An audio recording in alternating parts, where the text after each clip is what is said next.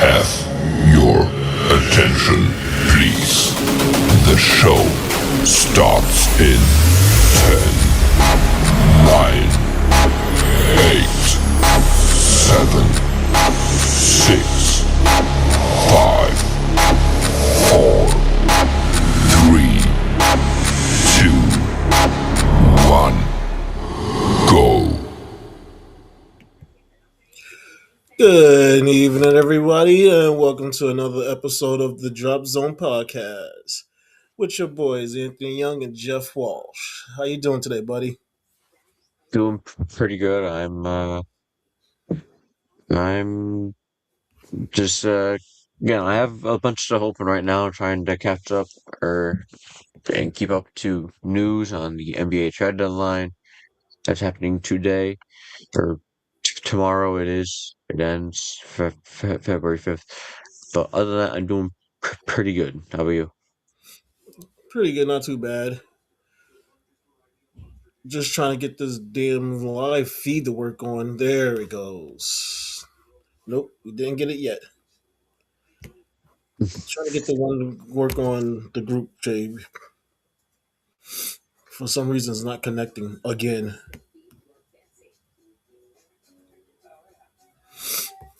Sounds like that one will just forever give us issues, no matter what.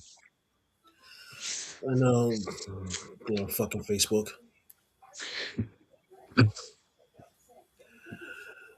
So what we got on for the docket for today? I We know it's going got to be our interesting. we got our Super Bowl predictions because Super Bowl 60 is on Sunday, the 8th. So get our input on the teams of, you know, how we view them and how we think and what the outcome of the game we think is going to be. The coaching news that has been rampant in just nonstop right now, up until even a few hours ago, it's been nonstop. And again, I mentioned the trade deadline. And just some other news that is going on in the league. But yeah, NBA trade deadline, one of like my favorite times of the year. A bunch of moves happening over this past week, so we'll go over those and see if that really pushes the needle for certain teams. And there's still some guys out there that are looking to get moved, and they might. So we'll talk about that as well. Awesome. Well, let's get started with what everybody was waiting for, our Super Bowl predictions. Yep, pretty much the last. We'll talk about NFL for maybe a few months. Again, that's just somebody does something stupid.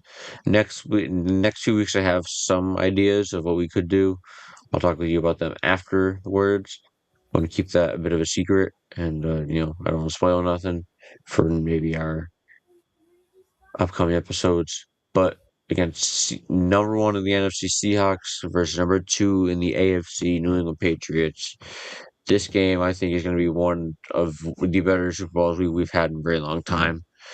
Um, it's two different teams that we don't see in it too often. It's not the same Eagles and Chiefs or Chiefs and Niners, and it's something different.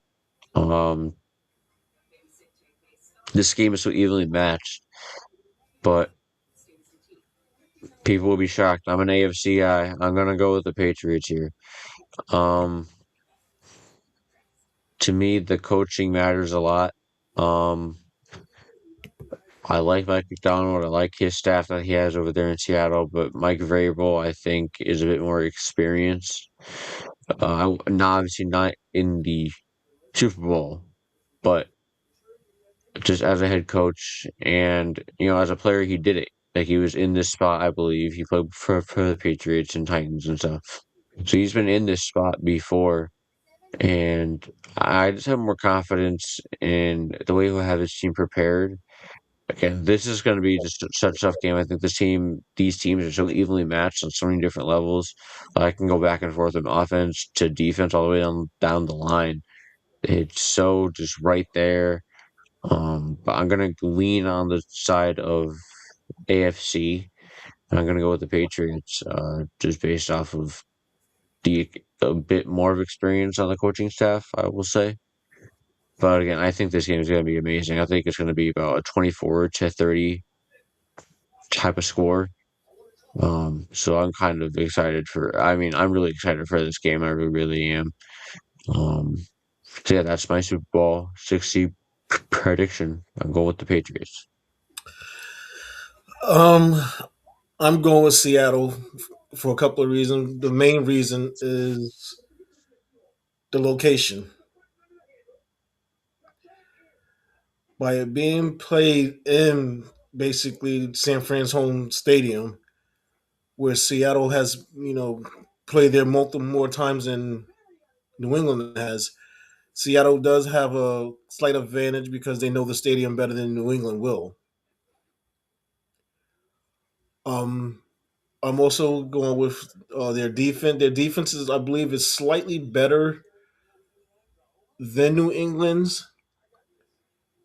New England does, I think, believe have the edge on the offensive end. I also believe they do have the slight edge on the coach or the head coaching as well. But again, I mean, we've seen how that Seattle's defense just has been able to shut teams down. I think that they're going to have give Maine a make his life a living hell.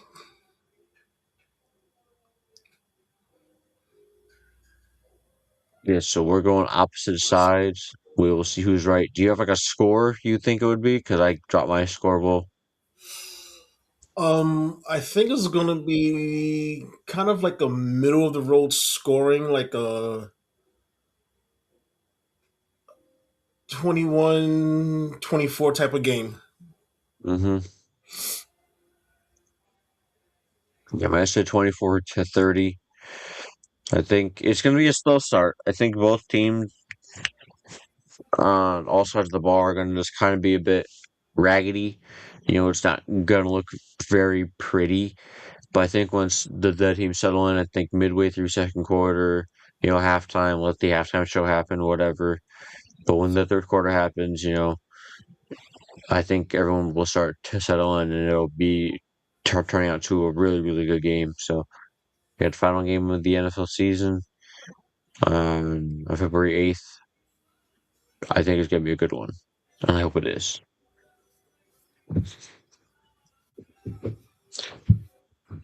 All right, next the NFL coaching news. Again, this has not slowed down. It took me forever to type all this shit up. Um, because it's crazy the amount of teams that needed head coaching, defensive coordinator, offensive coordinator, special team. Like there's so many coaching openings out there that mean you could fucking go for a fucking interview and they might give one to us at this point. Um, Yeah, it's so I think this is the most where the most coaching availability in the NFL. I don't ever remember this many teams needing some form of coach, whether it's offensive coordinator, defensive coordinator, special teams coach. I don't ever remember this many positions being open in the NFL on a coaching no, staff. no, I don't either. Again, and we've been doing this for a few years. I haven't been like this in depth and everything. So maybe there has been, but this is just nuts. Starting on the 28th. I dated back from last week. The Chargers hired Western Michigan DC Chris O'Leary as their new defensive coordinator. So the Chargers now have Mike McDaniel, and now Western Michigan defensive coach Chris O'Leary. So we'll see how that works as their new DC. Again, really not much to talk about, but again, I'll mention them. If there's any Chargers fans out there, like he mentioned us, yes, yeah, there you go. No, but again, I think Chargers are smart. Harbaugh's smart. I think they definitely did definitely a very good, thorough look throughout everywhere to find a defensive coordinator, and they landed on a Western Michigan defensive coordinator. All right, Philly, we're going to go to our fifth offensive coordinator in 5 years for Jalen Hurts. Here we go. Philly hired the Green Bay quarterback coach, Sean Mannion, as their new offensive coordinator. Because Kevin Patullo is absolutely useless at calling offense, I guess. We'll see how that goes. I do want your thoughts because it is in your division. Do you think they're going to help them out? Not really, no, or again, because their offense was unrecognizably bad this past year under Kevin Patullo. I mean, again, it was probably very good for you to watch because you're a Giants fan, but again, it was very weird to see that this offense be so bad after the success that they have had. Um, I'm gonna say it's probably gonna still be the same. It's the Eagles. I mean, their their play quality has just become so predictable that I mean everybody could just sit at home and know what they're going to run. And I don't think even with a new offensive coordinator, I don't even think that's going to change because I mean ultimately, you know, the head coach of the Eagles is still going to want his offense to basically be still, you know, run the same ways where they focus heavily on the run. So they're going to it's going to be like a 70-30 run the pass ratio. So I mean, unless he gives up the reins and just let or the offensive coordinator actually call the plays, I don't see it being much different. You're right. Like Nick Sirianni's very controlling of a head coach, so I mean, we'll see how that goes. I'm gonna rapid fire a few of these until I get to one that I feel like is really important. If that's right with you, just to get along with these. The Falcons hire Chicago assistant GM Ian Cunningham as their new general manager. Very interesting. They're pretty much just like, listen, I like your assistant GM. We're gonna take him as our GM. Philly hired former Tampa Bay offensive coordinator Josh Grisard as their new passing game coordinator. Interesting. I guess we'll see how that works. Minnesota fired general manager Kwesi Adolfo Mensa after 4 seasons. Uh, I guess lack of accountability was one thing that I read on why he got fired. Accountability. There was a bunch of tension going on in there.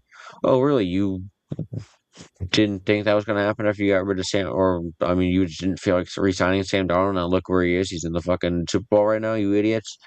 Good job. Baltimore hired Chicago offensive coordinator Declan Doyle as their new offensive coordinator. This is actually very interesting because Doyle wasn't calling the plays for the Bears. It was Ben Ben Johnson. Johnson, but he was still like making the plays up and and getting them ready in practice. So he went to Baltimore to be able to call the plays. I read. Um, so that's interesting. Now Chicago lost their assistant GM and their offensive coordinator within 2 days. So that was very tough. Again, now Caleb has to deal with a different offensive coordinator, but again, he stays with the same head coach, which I think again is just going to just help him out for his career. Or Pittsburgh, finally, we did something that made me a bit happy because the head coach hired didn't make me too happy. They hired former Las Vegas defensive coordinator Patrick Graham as their new DC. Very excited over this one. We cut out Anthony Weaver, the Dolphins, defensive coordinator Brian Flores, but he re-signed with the Vikings. But yeah, we went with Patrick Graham. I'm very excited. A different face in the building. Sparked the defense up a little bit because my God, it was awful this past year with the amount of talent that we had on it. Um, again, Um, I do have a we question for you about your Steelers. right, you could. 'Cause. You could. Okay. Um, I mean, I'm pretty sure you quit watching First Take like I have, Mhm. but Yeah, there I was, can't watch that shit no more. but I mean, I did catch a clip and it was accidental. Um, Stephen A. kind of made a good point about the Steelers head coaching job, which I can't believe I'm actually going to say this, that he actually made a good point. The point was he was upset at the fact that he's wondering why Ryan Clark didn't get an interview with the Steelers as a to be a potential head coach. How would you have felt about that? I think that's very interesting. Um, I could tell, or I could, you know, Because I think he would have tell been a better everybody. choice than Mike McCarthy. Yes, I think so. But here's the thing: it all comes down to Art Rooney. Art Rooney is very, very old school. If Yes. people don't realize that, if people aren't really following the Steelers all that much, Art Rooney does not one get rid of coaches, No, two he doesn't. go after coaches that are people who haven't been a coach yet. But he did it Ryan with Mike Clark may Tomlin. be yes, but here's the thing: you struck a luck with Mike Tomlin. Let me tell you, I don't think he would have been comfortable having Ryan Clark as the head coach because he hasn't done anything yet. If if that makes any sense, Well, because I like mean, notice yeah, because he again, like hasn't been a no, coordinator or something like that. So yeah, I yeah, get what you're uh, saying. like he has a great football mind, but is that going to translate to on the field? Again, there was so many younger head coaches out there and people going for that job that would have been to me, I think, a great fit and would have been a good risk to take. But Art Rooney just went with the safe route and went with the 60-plus-year-old head coach that is almost just like a white version of Mike Tomlin. He hasn't done much in the past decade, 15 years. He's a good regular season head coach, but then when it comes to the playoffs, the teams underperform. Um, as far as Ryan Clark, I would like him on the staff. I would definitely like him on the staff. Maybe not our head coach, but I would definitely like him on the staff as like a secondary coach. Um, another voice in the locker room, just like just any coaching job you want him to have, I wouldn't mind him having. Because then again, if this Mike McCarthy thing doesn't last a lot of years, like maybe 4 or 5 at the max amount of years, get him in the building and get him used to coaching, and then maybe yeah, you can get him as the head coach in a few years. But until he does start coaching, again, he's a great football mind, but even I would be a bit hesitant to um, have him be a head coach of a football team when he hasn't, you know, coached anything yet. That's just that's my opinion. But again, I wouldn't definitely say no. Again, if we get him in the building to at least be a coach in something to where we could, you know, then get him more comfortable to everything. Yeah, I like that question. I mean, I don't know how you would feel or like what your thoughts on that are either. Um, Um, but yeah, I mean, well, when I first heard that, the first thing that I thought of was his lack of experience. I'm like, mm, yeah, I mean, he probably would have done a great job, but again, without any coaching experience, it makes it harder. I mean, that's your mom will just pick a guy off the street and make him the head coach. I agree with you. Ryan Clark should be on somebody's coaching staff to get the experience. Like I said, because he does have a great football mind.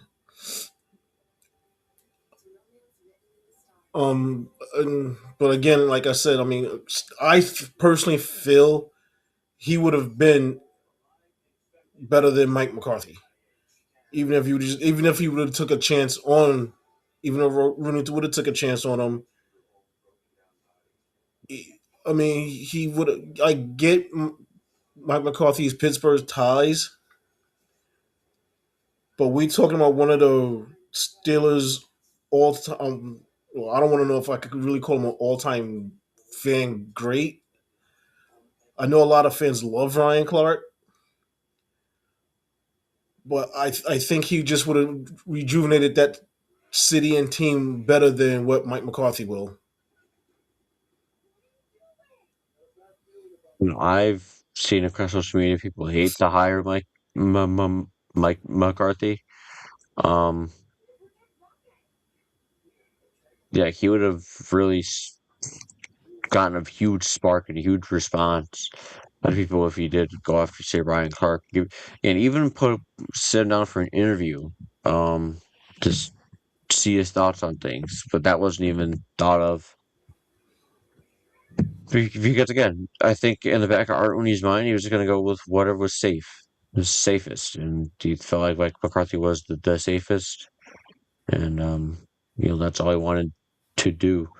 But with the defensive coach, I'm very happy with it with Patrick Graham. I'm Yeah, excited that's a for great him pickup. to. Yeah, that's what I've been seeing across the entire league. It's a great pickup. I think it was just Raiders suck, and that's why their defense wasn't the greatest.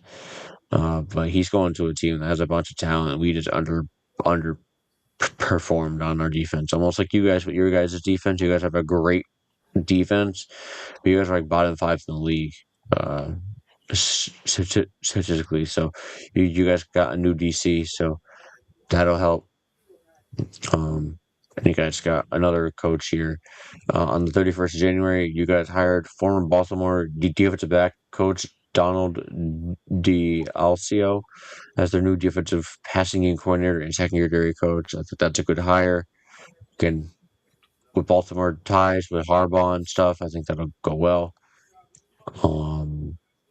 And Buffalo hired Denver's defensive passing game coordinator and assistant head coach Jim Leonard as their new defensive coordinator.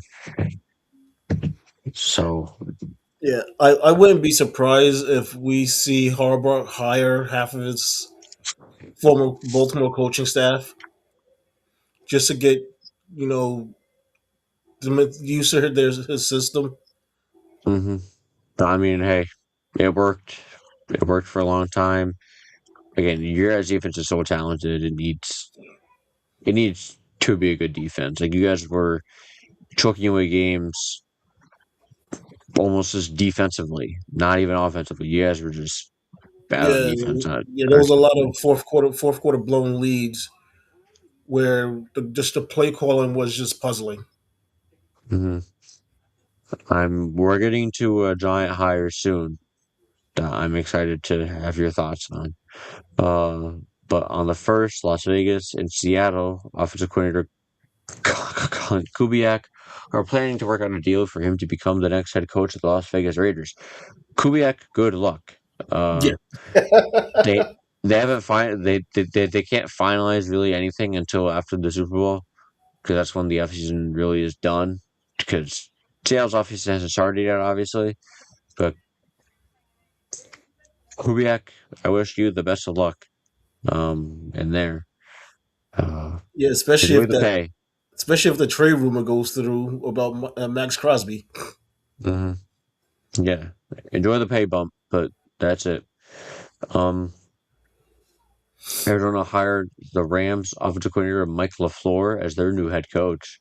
That's a huge pickup. I mean, Sean McVay, I saw some. He's been head coaching for 9 years. He's pumped out 7 head coaches out of his system, and they've been pretty damn successful recently. So another one out of his system. Now the Rams are looking for a new offensive coordinator, so that'll be in the news for next week. San Fran, huge hire here. Hired former Atlanta head coach Raheem Morris as as their new defensive coordinator. That's a huge hire. That is a very Yeah, impressive hire.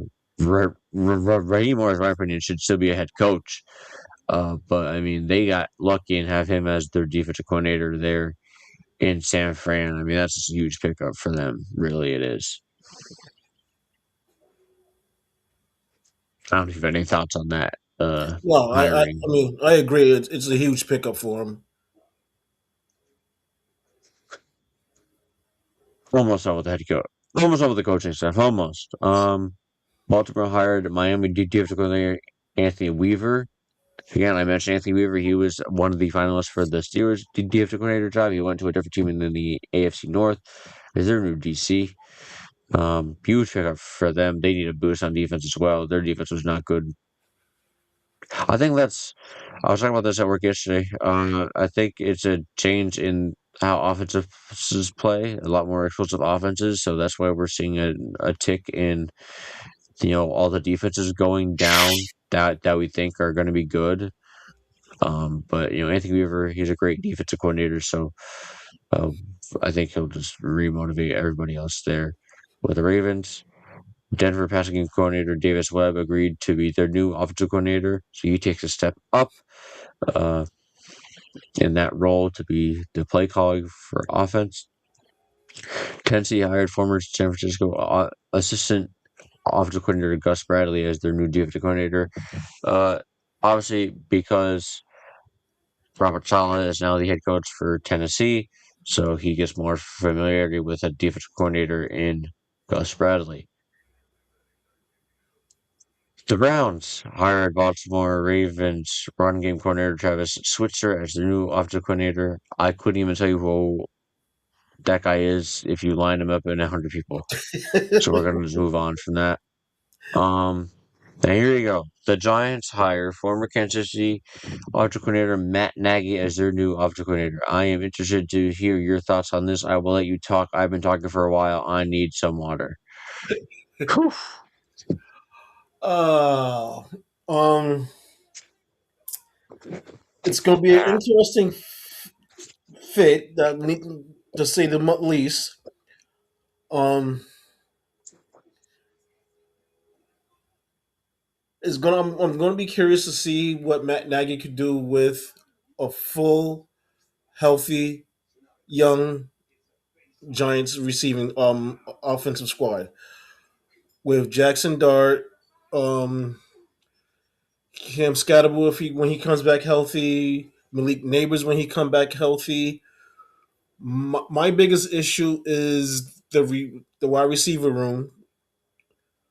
Um, we're going to need a number two.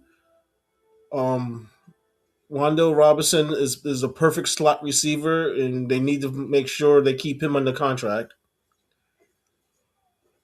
The two-headed backfield of Scatterboot and Tracy, I do like. It's almost like a low-budget Sonic and Knuckles in from Detroit, where you got Tracy as a speedster and Scatterboot as the battering ram. Um, I mean, we've been doing the podcast for 3 years now, Hmm. and we've heard me constantly bitch about the Giants' offensive line. For the Yeah, first look time this good. for the first time this year, we didn't hear me bitch about them. No, because they said relatively healthy. It was like as soon as one person went down, they shuffled the entire offensive line and then just put everybody out of place, and it just went completely downhill. I like our guys to tight end too. Yes, Theo Theo Johnson. Johnson and Bellinger too. They're definitely good run and pass blocking, and and they have good hands as well.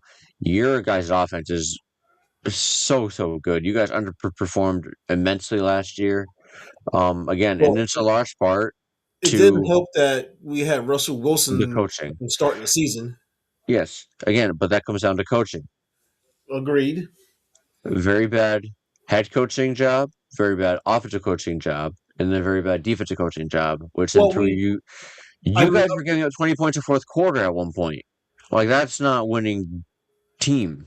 I'm not going to say it was a bad offensive coaching job because we noticed after Brian Daboll was fired and the offensive coordinator became the interim head coach. The offense did pick up a lot, even with James, not All the injuries. yeah, even with and when Jackson Dart was out and he went with Jameis Winston, there was that energy and the offense was finding the red zone. The issue was like I've been saying all year was the defense was good for 3 quarters, and then the fourth quarter for some reason the defensive coordinator forgot how to coach the fourth quarter. Yeah. Yeah, I'm sorry. I don't want to interrupt you. But I've never seen a defense that talented blow that many fourth quarters. Never seen it. Exactly. I have like again, like I said, you guys are going 20 points a fourth quarter at one point in the season. That is unheard of with the amount of talent that you guys have.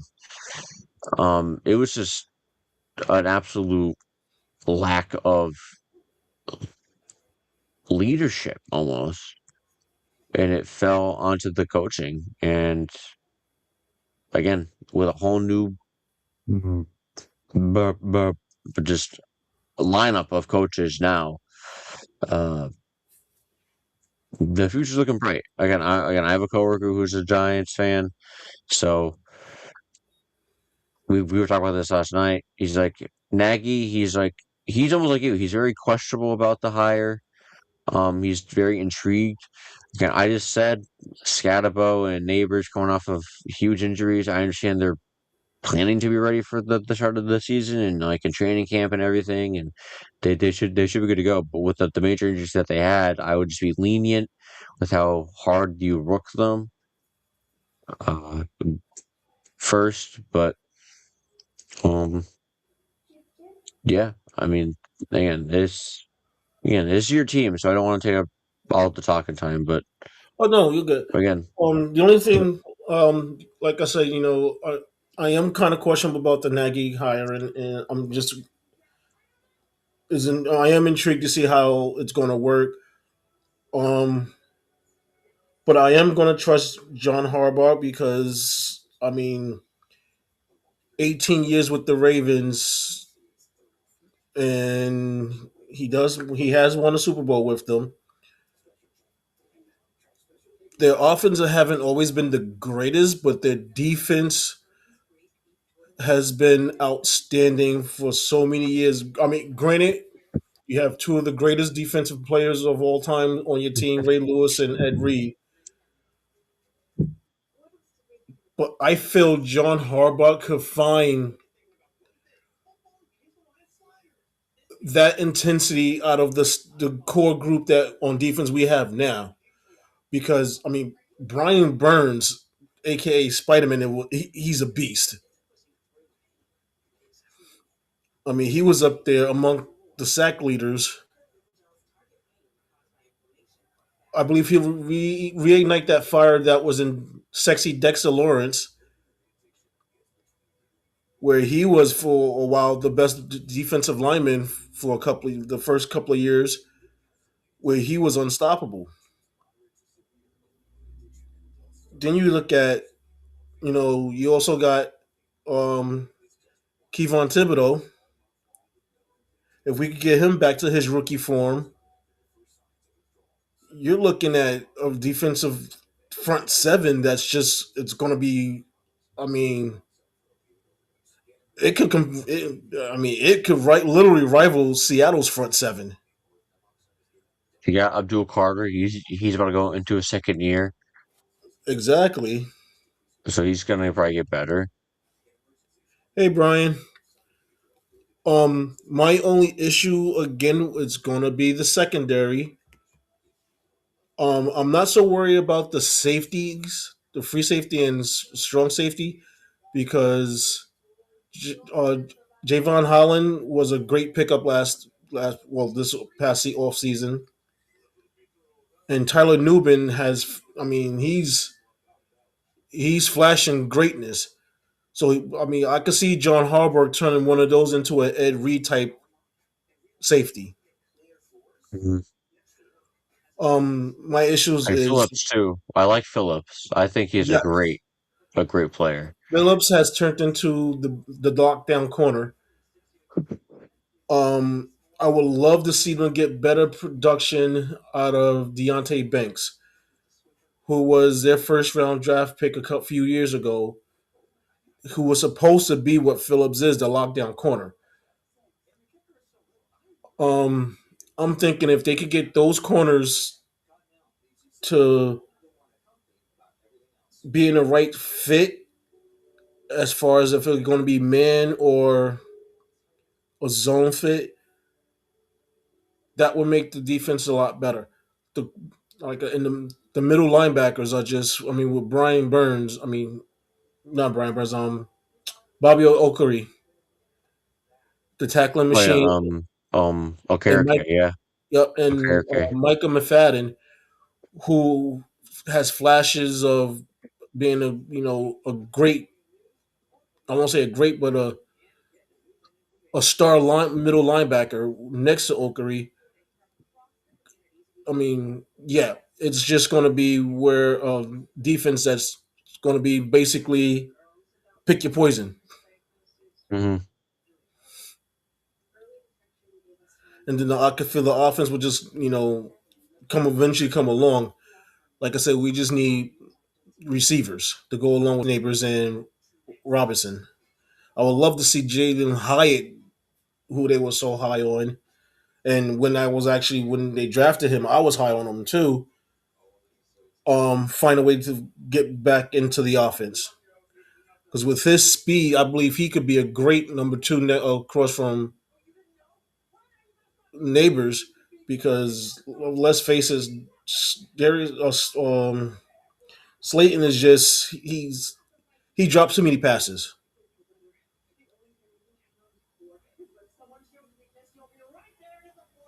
Yeah, so you guys have a high pick. Do you think you guys should just go after a wide receiver and just line up on the other side of neighbors? That would be the ideal situation. Again, is going to come down to what Harbaugh wants, since he Hmm. does have control over all those decisions.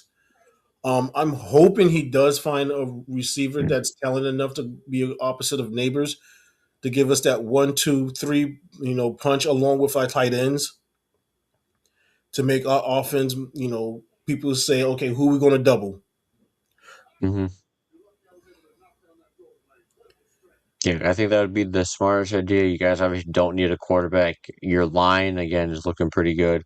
You can get those later in the draft as well. I think you guys need to go out and really, really try and get a wide receiver. Uh, because Slayton is never going to be to me more than a number two. He can never be a number one on a team. And number two is stretching it. I'm not Yeah. saying on the Giants. I'm just saying on like any team. I don't think he's going to be more than a number two. Wandale, hope that you guys keep him. I've heard a little bit of a rumor that he's definitely looking for more because he had such a good season last year that he might try to go get money somewhere else. Hopefully that doesn't happen because he proved a lot last year to me that he could definitely step up in a huge way if you need him. So to have him as a sneaky, say third or even second wide receiver is really just a benefit. So it's definitely going to be interesting. A lot of promising and optimism there with the Giants, and you could say for the first time in a very long time, huh? My only issue with Robinson being that having him as a number two is his size, Hmm. because he's like what 5'9", 5'10", 5'11", pushing it. He's Yeah, not that he's tall. yeah he's a tinier Yeah, so receiver. he's more of a slot receiver where he could match up against where he could get the mismatches and use his quickness instead of being matched up with what most corners, defensive corners are bigger. He could he'll be matched up better with a dime back or nickel back who are usually smaller, Hmm. or at least about the same size as him. So Yeah, but a lot of optimism there with New York. Speaking of New York, the other New York team, the Jets hired former Carolina and Indianapolis head coach Frank Wright as their new offensive coordinator. Interesting. And Arizona hired Nathaniel Hackett, who couldn't head coach Aaron Rodgers. So yeah, they hired him as the offensive coordinator. And lastly, the Steelers, before I went to bed, I saw this, named former Minnesota offensive coordinator Brian Angelico as their offensive coordinator. So we finally made an offensive coordinator change. Um, How do you feel about that? That's yeah, I'm excited. It can't be much worse than what Arthur Smith was fucking throwing up out there. this is Um, true. because I mean the fact that the offense looked the same with 42-year-old Aaron Rodgers than it did with fucking 20-some-year-old Kenny Pickett was disgusting. Um, so again, any change again, I'm excited.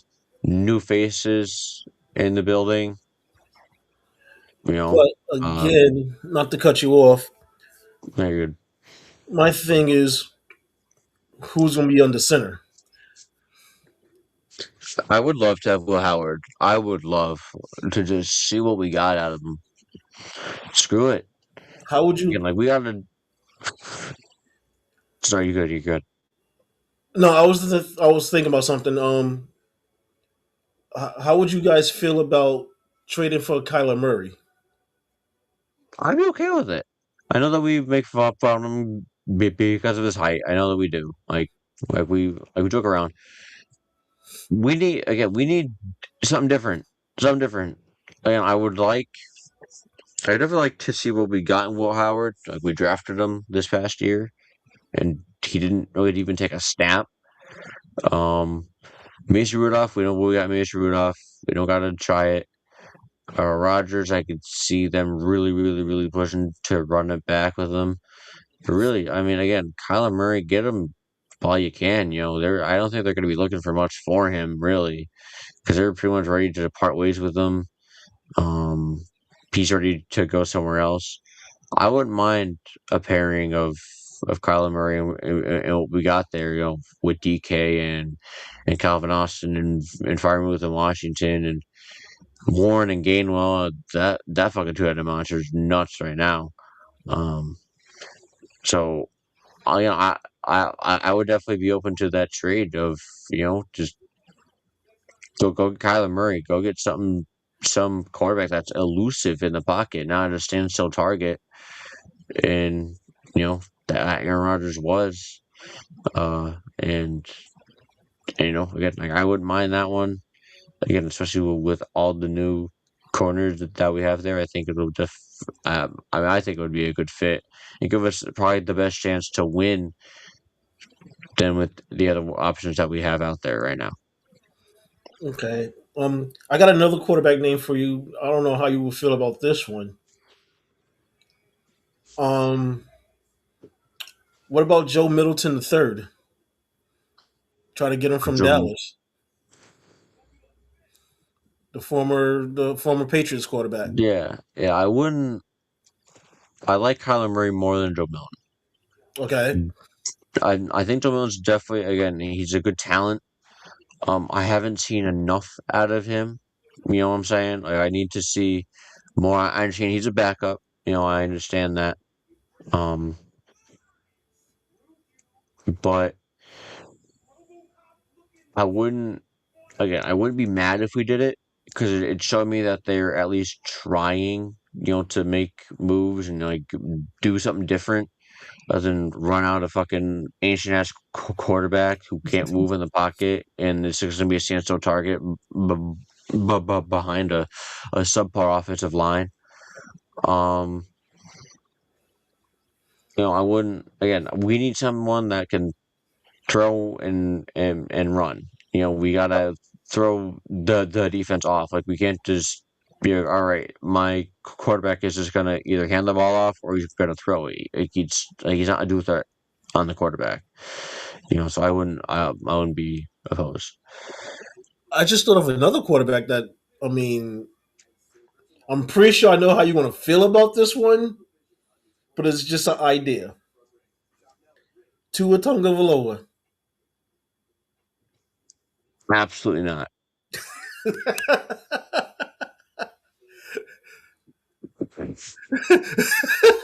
Not even got to explain. He takes one hit behind our offensive line. I'm not gonna say it because it's a joke that I have with my work friends. I'm not saying it, but he takes one hit behind our offensive line, and we are airlifting him out of the stadium rather quickly. Um, I mean, you don't. I'm I mean, it could be a good, better start for him. I mean, yeah, like a fresh start maybe, but I no. okay. So, what? Who would you like to see your guys pick in the draft on the first round? Oh, Do you go after a quarterback, or do you try to find a way to build up your offensive line to protect the quarterback? Because we know you guys don't need a running back. You got, I mean, pretty decent, good tight ends. Your receiving core could use some help.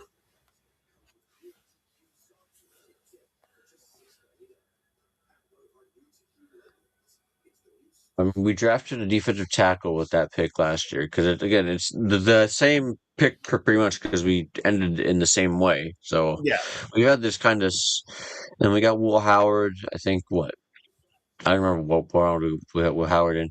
Yeah, I I think it want to was see like what we got out of 22nd, him. 23rd, something like that. Like I want to see what we got out of him. You know, because like, we drafted him last year. So I'm drafting another young quarterback again. If we want to go after Kyler Murray. I would try to keep going after offensive linemen. I would really try to just keep going after offensive linemen because we've hit on a few of them. Like Broderick Jones, he's been great. Fraser, our center's been great. Um, but it's a few other pieces around them that just aren't always the best.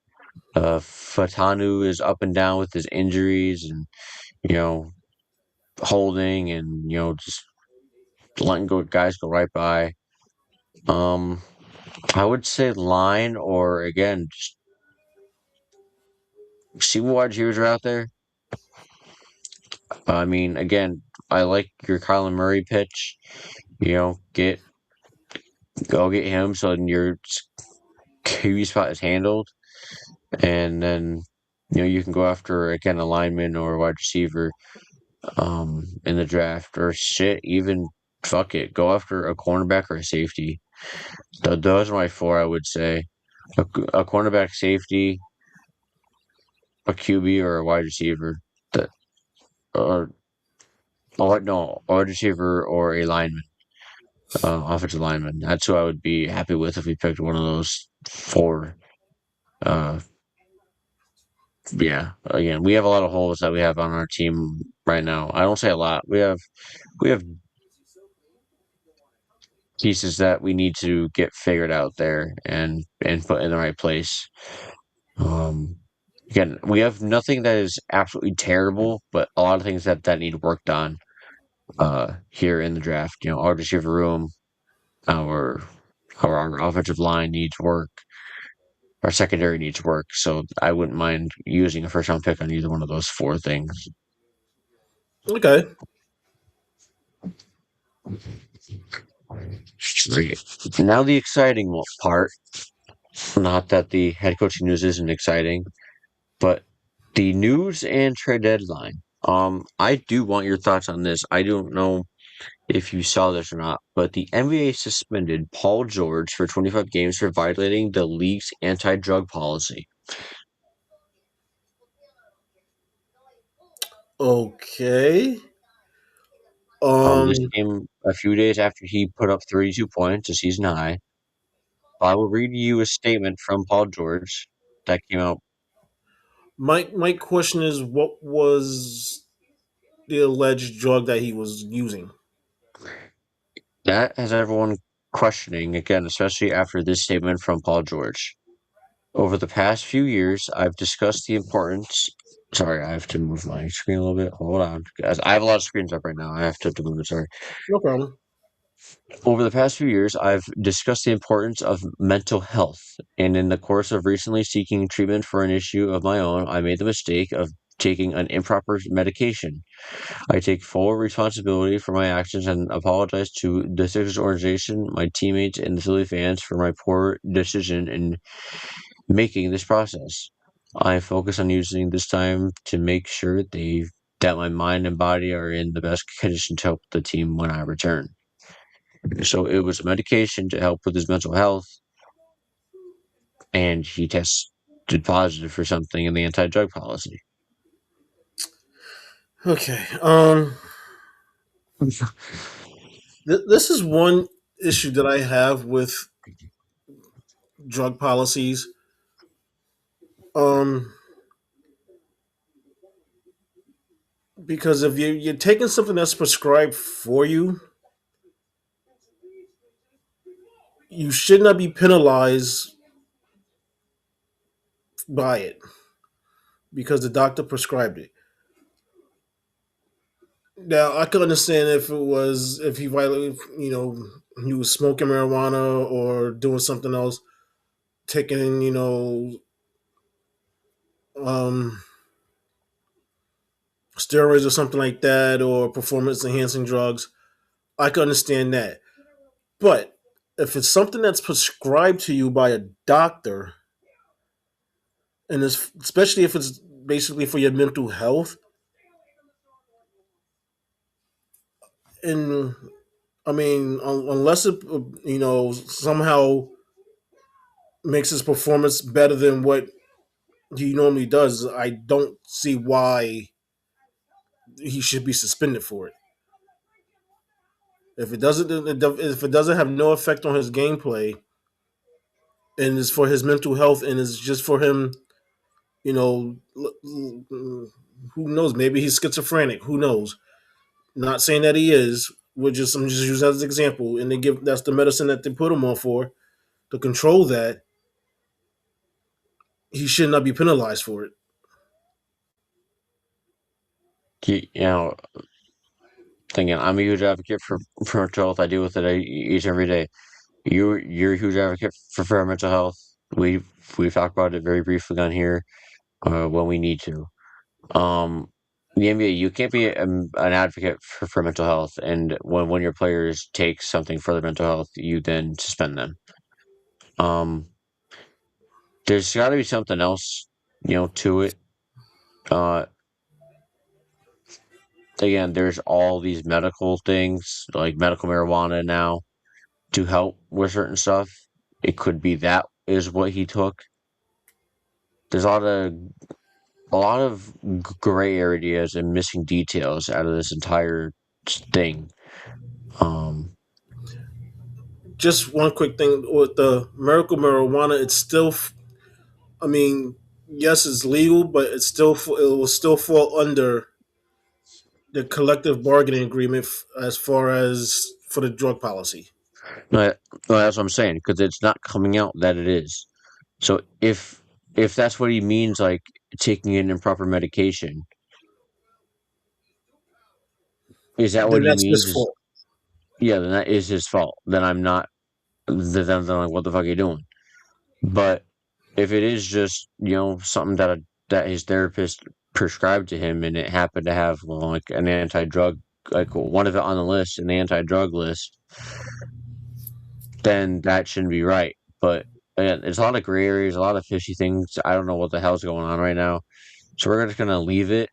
But I hope that more info comes out about this because we will talk about it for sure. But again, a lot of more questions than really answers about this one for me. Again, someone who I takes agree. medication for my mental health each and every day. Um, I'm just very confused about this entire thing, and more info needs to come out about this because a lot of people have questions to the league about this. Like, if you're going to advocate, and have your players come out about their mental health struggles, and you're going to suspend him for 25 games because he's taking something for his mental health.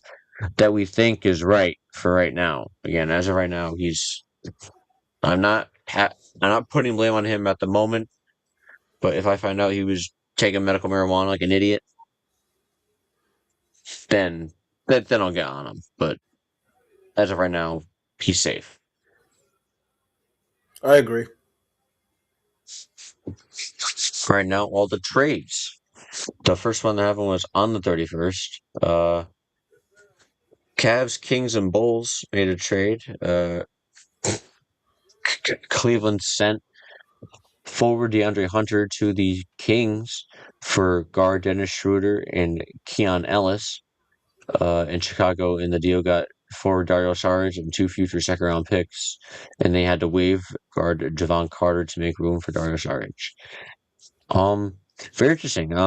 Again, this move was to help out in the later move that happened yesterday that I'm not gonna say yet. But that's what that whole move was for the Cavs was unloading Hunter's cap to make room for other stuff.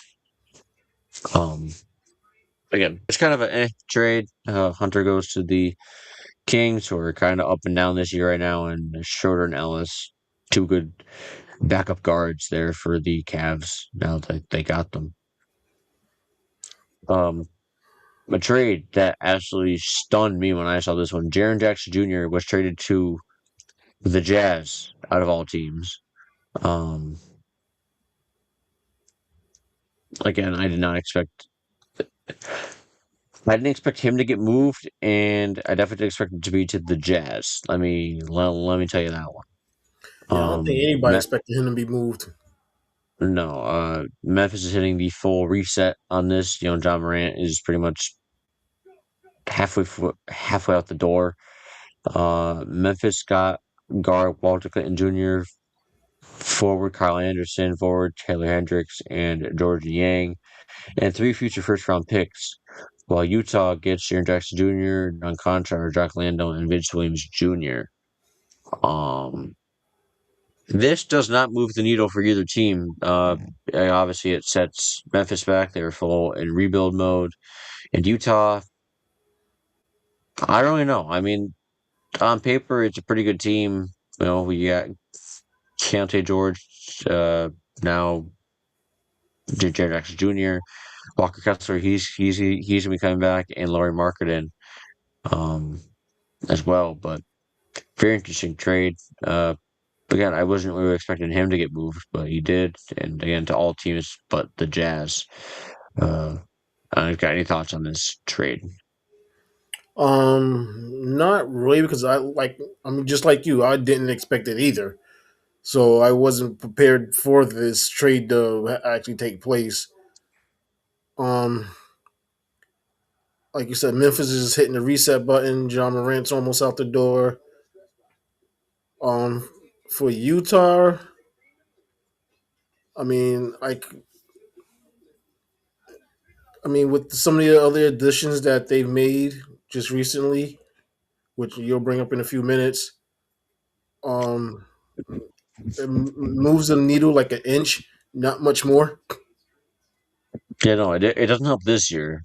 I mean, they only have 15 wins right now. I mean, this is not. Yeah, Again, maybe they're doing it for the future years, because these are a lot of young guys on their team. But yeah, right now it doesn't really do much for them in the loaded West Conference, especially. exactly.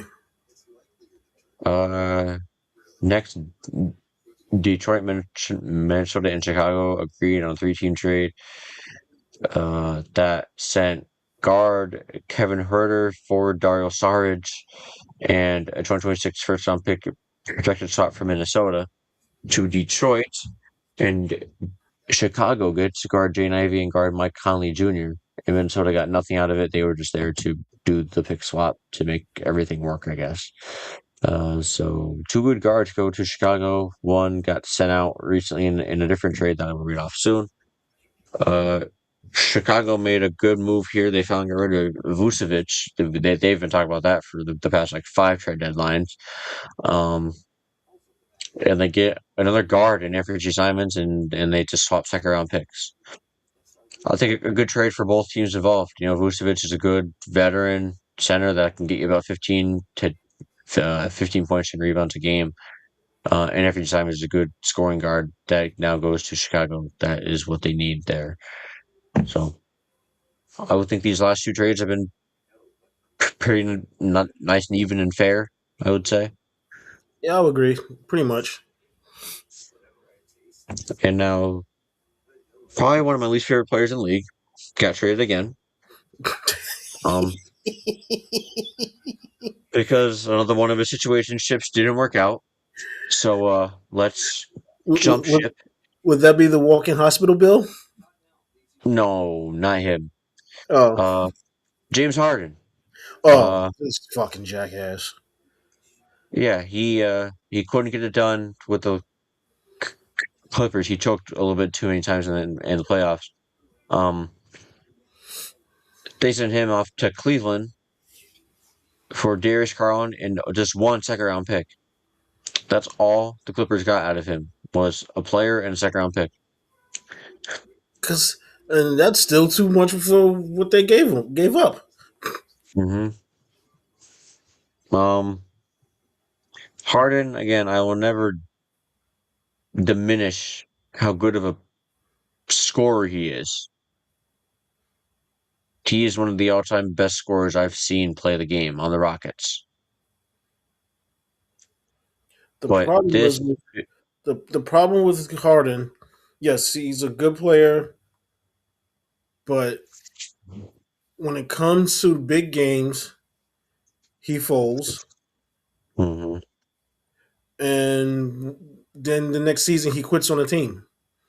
hmm He's done it everywhere he's gone. Houston, he did it. After getting Dwight Howard, they couldn't do anything. They got Chris Paul. That we thought that was they, his chance. Nope. Then and they they, got unlucky. And they got unlucky with his injuries. I can't even blame him on that one. They just got unlucky with the fucking CP injuries because they were beating those Warriors. I agree. And then they, sent, mortgaged the farm to get Russell Westbrook. That didn't pan out. Then he shows up in a fat suit demanding to get out of Houston. So they shipped his ass to fucking Brooklyn, Yeah, because he wanted to team up with fucking Katie and Kyrie. where, I mean, if there wasn't for injuries, possibly. Then again, shows up the next season. Well, nope. I Bitch want moaned and now. I want to, I want to leave New Jersey, Brooklyn. All right, so they shipped his ass to Philadelphia, where once again, in key games, he came. I think one of the games was he was like 2 for 12, and another one he was like 5 for 20. hmm Then he goes over to China, complains about Daryl Morey, saying that he'll never trust him again, that he's a liar. So then they shipped him to the Clippers, and long and behold, starts out good. The marriage is working perfectly. Then come key playoff games, he's nowhere to be found. And look now, they're shipping his ass to Cleveland, where I mean, yeah, is just a vicious cycle of where he's going to end up next. it's diminishing his legacy as such a great player.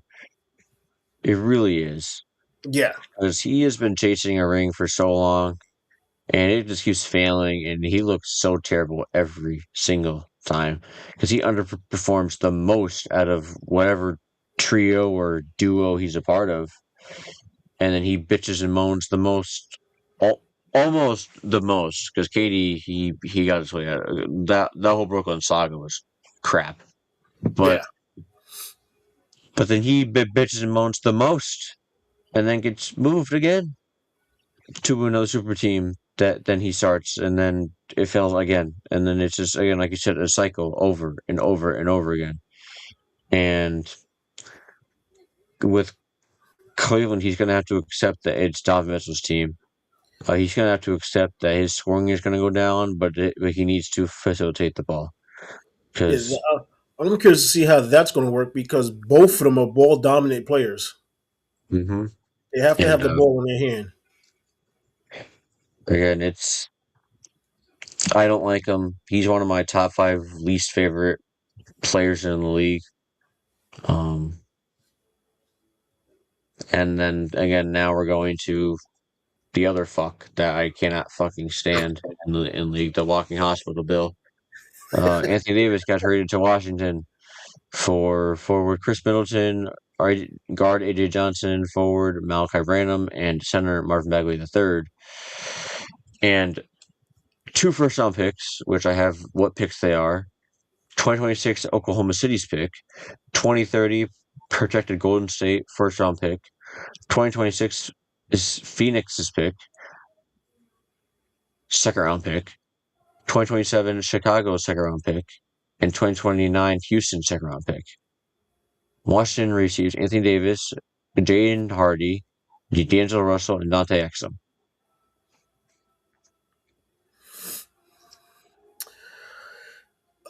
Just, I mean, I have this nothing for is that what one.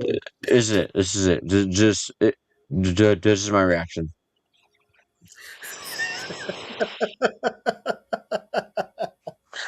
Like, at least he didn't ask to get moved. Like they just did it on their own. But I mean, this guy spends more time in the hospital than I do at fucking work. I swear to fucking God. This guy spends more time sitting his ass on the bench than fucking so many people. Oh my goodness. This guy goes out with an injury every other week. I mean, good luck to you, fucking Washington. You guys got Trey Young, who can't stay healthy either, and now you got the other one who can't stay healthy, and Anthony Davis. Congratulations. I don't know what you guys are concocting over there in Washington, but you guys can keep doing it. And whatever. I mean, I don't know if you got nothing, if you got anything on this, but fucking Anthony Davis, again, that's our joke with him. Easily a walking hospital bill. He cannot stay off the injury list, like, at all. He is always injured. Um, it just puzzling. I mean, yeah, I got nothing. Yeah, I mean, I really don't know what the Mavs are doing. I really don't. You know, Cooper Flag looks good, and you get rid of one of his better, you know, teammates. So I mean, they got rid of Nico Harrison, but these trades on the trade deadline are still pretty fucking stupid. Um, speaking of stupid, excuse me, Philadelphia, do you not realize we want a different team to win the fucking championship rather than Oklahoma City? They traded Jared McCain to Oklahoma City, a very talented young guard that has a lot of upside, to Oklahoma City for a 2026 first round pick, which is Houston's, 2027 most favorable second round pick, either OKC, Houston, Indiana, or Miami, 2028 Milwaukee pick, second round pick, and 2028 second round pick, and for that was Oklahoma City's. Excuse me again, 76ers, can we not trade to the Thunder for nobody? You didn't even get a player out of them. What are you doing, you buffoons? That's all I gotta say on that one. This is trust the process number 2. Mm-hmm. Kobe White, surprisingly, he was traded to Charlotte. Uh, he is no longer a Bull. He was a Bull for a very long time. Kobe White and Mike Conley were traded to the Hornets for guard Colin Sexton and forward Usman Dieng and 3 second-round picks. So very, very interesting. Again, Kobe White, a good young player there. I mean, he's not really young no more. He's been on the Bulls for a very long time. He's had like 5 different hairstyles since he's been on the Bulls, and that's how long he's been there. No, we got CP3. I thought he was not. I thought he was done, but no. The Clippers said, "Hold up, hold my beer. I'm going to trade you one last time."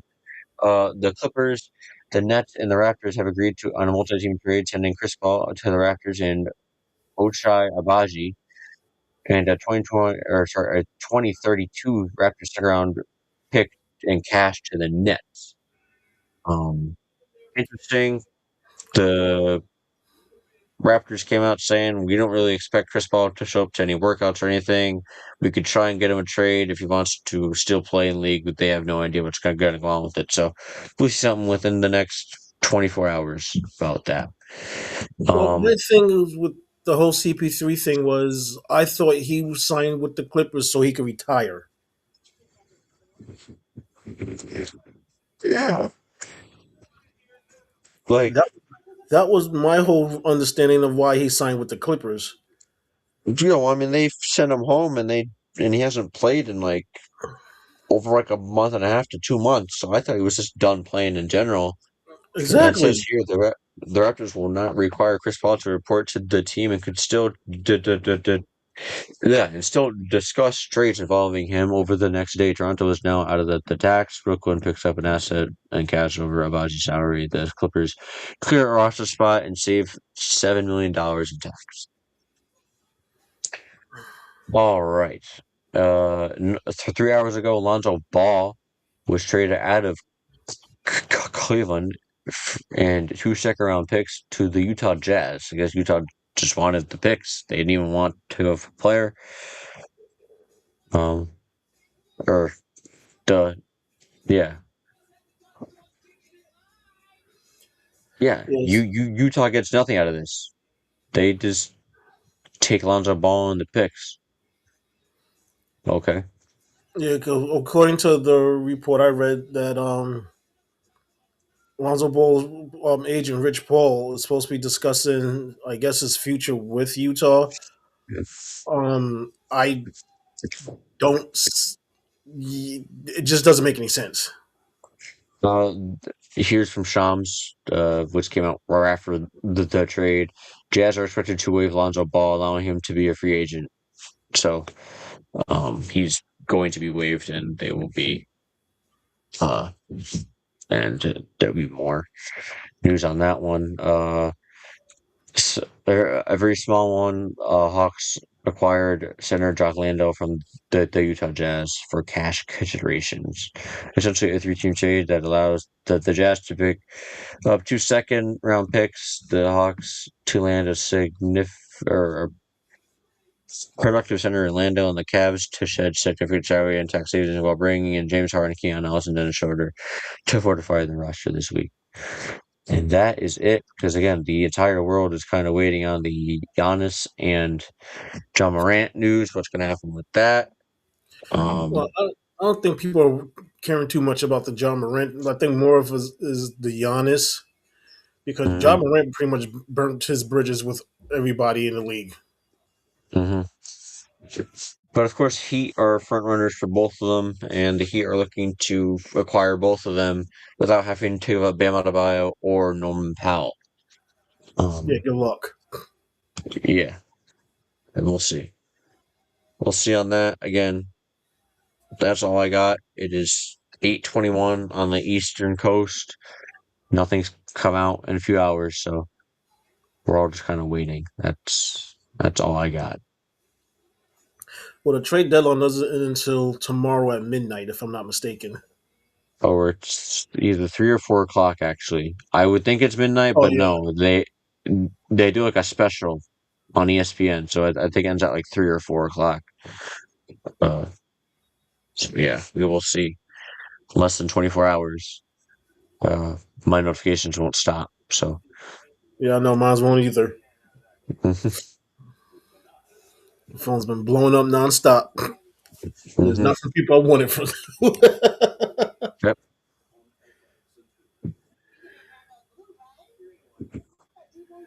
uh,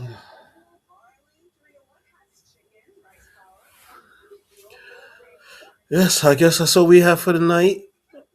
Um, oh, I did get an email from our sponsor Doobie. They actually have their. Let me see if I can find it to tell you which flavor it was. There it is. So the blue raz, for those of you who have gotten Doobie or W, whatever we call their energy, they got the blue raz back in stock. It's been out for a while. They got it back. I actually might order that um, in a couple of weeks to see how it is.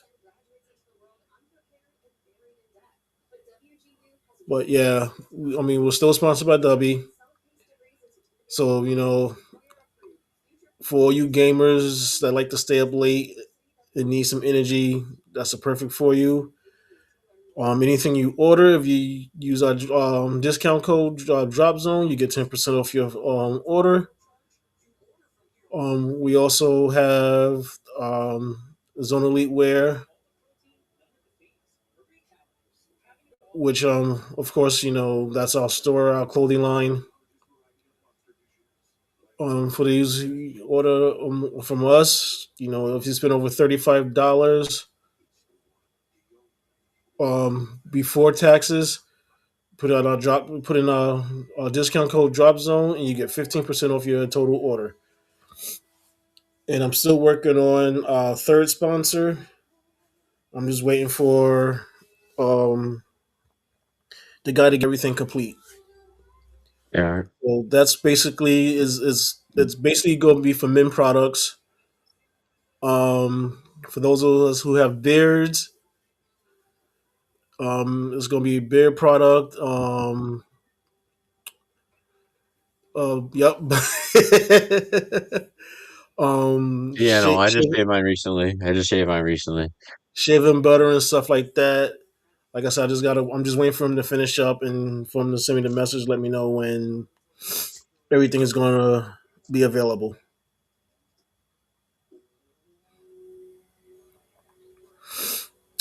So right. that's all I got. Yeah, just again, thanks for everybody for tuning in.